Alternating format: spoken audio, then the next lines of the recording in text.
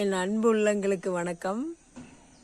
இந்த வடை பார்த்தீங்கன்னா வந்து கண்ணுக்கு வந்து ரொம்ப, அதாவது குச்சிக்கிழங்கு வந்து பார்த்தீங்கன்னா கண்ணுக்கு வந்து ரொம்ப நல்லது. குடல் வந்து நீட்டாக சுத்தமாயிருங்க. நீங்கள் அதை எந்த வகையில் வேணாலும் சாப்பிட்டுக்கலாம், நல்லாயிருக்கும். அதேமாரி டெலிவரி ஆன பொண்ணுங்க, அதாவது குழந்தைக்கு ஃபீட் பண்ணுற பால் கொடுக்குற குழந்தைங்க அம்மாக்கள்லாம் வந்து இதை சாப்பிட்டா பால் வந்து நல்லா ஊறுங்க. இந்த குச்சிக்கிழங்குல நீங்கள் எது வேணாலும், எந்த மாதிரியான ஒரு பலகாரமோ இல்லை எந்த மாதிரி டிஷ்ஷு வேணாலும் நீங்கள் செஞ்சுக்கலாம். ஆனால் எந்த ரெசிபி வேணாலும் செஞ்சு சாப்பிடுங்க. பால் வந்து நல்லா சுரக்கும், அதுக்காக தான்.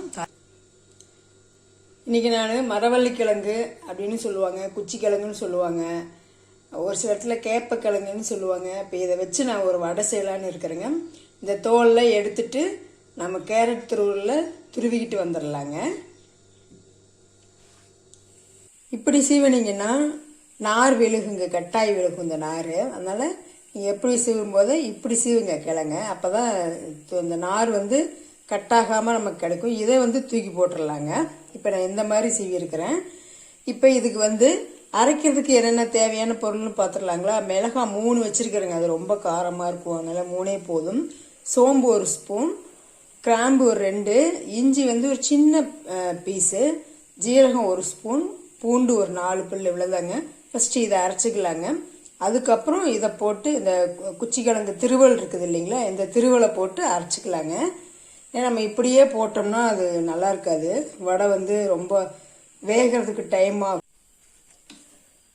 இந்த மாதிரி ஃபஸ்ட்டு அரைச்சிக்கோங்க. அதுக்கப்புறம் நம்ம இந்த குச்சிக்கிழங்கு திருவலை போட்டு அரைச்சிக்கிட்டு வந்துடலாங்க.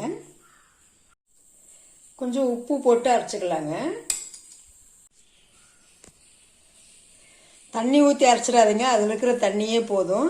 இந்த மாதிரி பரப்பரன்னு அரைச்சிக்கோங்க, நல்லா நைஸாக அரைக்க வேண்டாம். இப்போ இது கூட நம்ம 1 ஸ்பூன் பச்சரிசி மாவு போட்டுக்கலாங்க. அப்புறம் ஒரு 2 ஸ்பூன் கடலை மாவு போட்டுக்கலாங்க. உப்பு முன்னையே போட்டு அரைச்சாச்சு, அதனால் 2 ஸ்பூன் மட்டும் கடலை மாவு போதுங்க.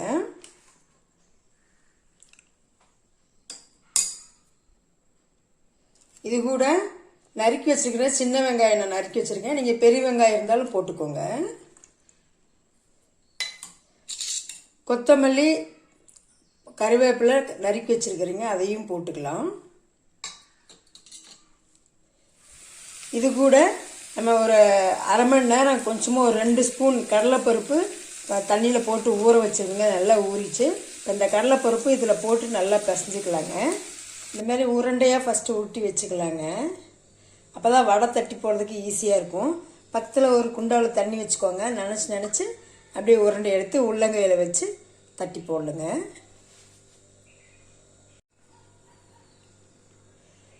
இது மாதிரி உள்ளங்கைக்கு தண்ணி கொஞ்சம் தொட்டு இந்த மாதிரி தட்டிக்கோங்க.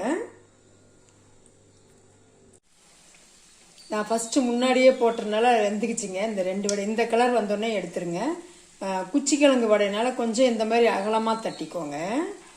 போட்டோடனே கிளறி விட வேண்டாம், 1 நிமிஷத்துக்கு அப்புறம் கிளறி விடுங்க, திருப்பி விடுங்க, ஏன்னா பிரிஞ்சு வந்துடும், அதுக்காக.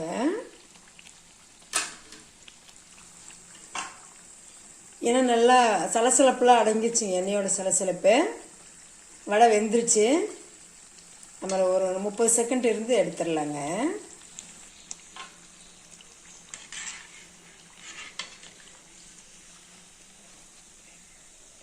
நல்லா வெந்துருச்சு பாருங்க. இந்த கலர் வந்தோடனே எடுத்துருங்க. நம்ம குச்சிக்கிழங்குல மரவள்ளிக்கிழங்குல வடை செஞ்சாச்சுங்க, சூப்பராக இருக்குங்க. நீங்கள் வந்து செஞ்சு பாருங்கள், அதாவது சாஃப்டாக இருக்கும், நல்லா வெந்து இருக்குது. உள்ளேயும் மேலே வந்து அப்படியே கொஞ்சம் முருகலாக இருக்குங்க, பார்த்தீங்களா. உள்ளே வந்து அப்படி நல்லா வெந்து இருக்குங்க, சாஃப்டாக இருக்கும் குச்சிக்கிழங்குல. இப்போ நம்ம அந்த கடலைப்பருப்பு போட்டோம் இல்லைங்களா, முழுசாக ஊற வச்சு அது இடையில கடைபெட்டி சாப்பிடும்போது அவ்வளோ சூப்பராக இருக்குங்க, டேஸ்ட்டு செம்ம டேஸ்ட்டாக இருக்கும். நீங்கள் வந்து இப்போ சீசன் தான், நீங்கள் செஞ்சு பாருங்கள். நீங்கள் அடுத்தாப்பில் போண்டா எப்படி செய்ய போகிறது அப்படிங்கிறத அடுத்த வீடியோவில் பார்க்கலாம். நான் சொன்ன டிப்ஸை ஃபாலோ பண்ணி செய்யுங்க.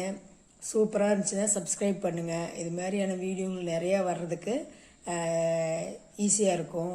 தேங்க்யூ.